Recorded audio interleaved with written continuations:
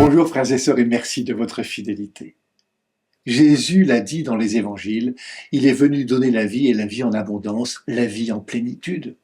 Cette vie-là que promet le Christ ne se trouve pas que dans les seuls biens matériels, les satisfactions immédiates, les honneurs et les récompenses humaines, mais surtout dans la reconnaissance d'être en croissance d'être.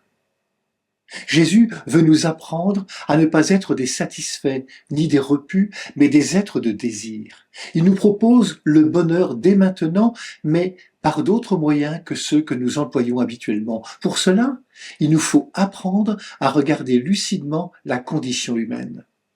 La pleine humanité manque toujours aux hommes et aux femmes que nous sommes. Nous avons à apprendre du Christ que cette condition humaine n'est pas laissée à elle-même, que cette humanité est aimée de Dieu. Et pour nous le dire, au-delà des beaux discours, il en est venu à partager cette condition humaine. Il a pris chair de notre chair. La dernière place du pauvre, c'est lui qui l'assume et la prend. De l'affamé, c'est lui. Du malheureux, c'est lui. Du persécuté, c'est lui aussi. Voilà jusqu'où va son amour. Heureux celles et ceux qui ont encore quelque chose à attendre de Dieu et des autres. Malheureux ceux qui croient tout posséder. Heureux celles et ceux pour qui Dieu a encore une place dans leur cœur et qui peuvent être encore disponibles. Malheureux celles et ceux qui sont repus et qui croient posséder le bonheur comme on possède un pouvoir.